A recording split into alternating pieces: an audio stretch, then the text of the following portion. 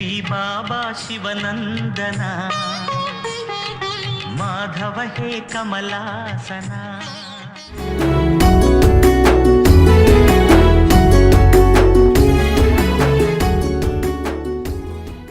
శాంతారాం బల్వంత్ నాచినే థానే జిల్లాలోని దహను గ్రామ నివాసి.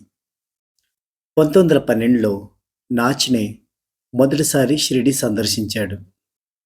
బాబా నాచినేపై ప్రత్యేకమైన అభిమానాన్ని చూపించేవారు. బాబా స్వయంగా తన చేతిలోని ఊది తీసి అతని నుదుటిన పెట్టారు.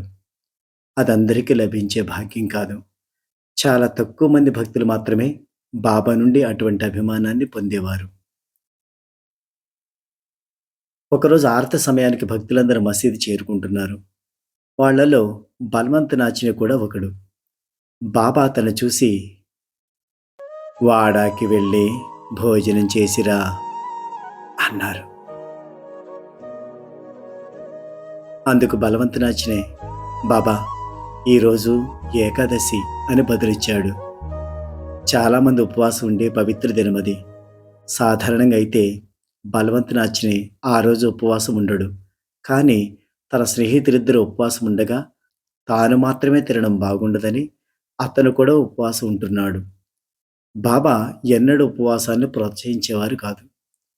బాబా నాచినే స్నేహితులను చూపిస్తూ, వీళ్ళు పిచ్చివాళ్ళు, నువ్వు వాడాకి వెళ్ళి భోజనం చేసిరా అన్నారు.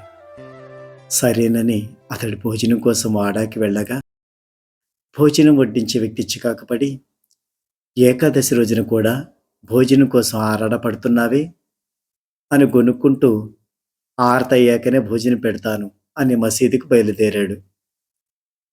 అందువల్ల నాచిన భోజనం చేయకుండానే ద్వారకమాయికి తిరిగి వచ్చాడు. బాబా అతనిని భోజనం చేశావా అని అడిగారు. అందుకతను, లేదు బాబా, ఆరతైన తర్వాత భోజనం చేస్తాను అని బదులిచ్చాడు. కానీ బాబా పట్టుబట్టి, ఆరతి ఆగుతుందిలే, నువ్వు భోజనం చేసి వచ్చిన తర్వాతే ఆరతి మొదలవుతుంది.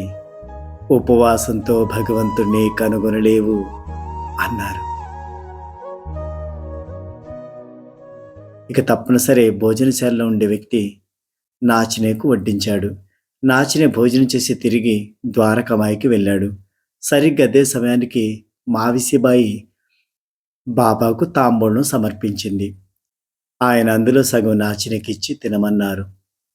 ఏకాదశి రోజున తాంబూలం సేవన నిషిద్ధమని అతను సంశయిస్తుంటే, తిను అన్నారు బాబా.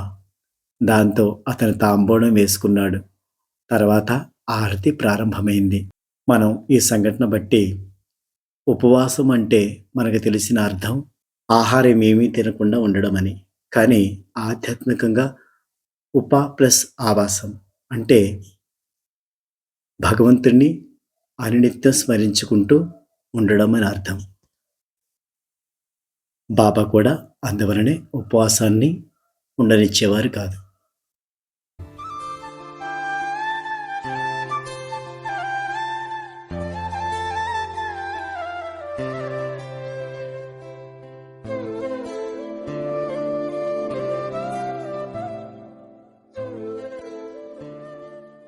ఓం సాయి నమో నమః, సద్గురు సాయి నమో నమః, సమర్థ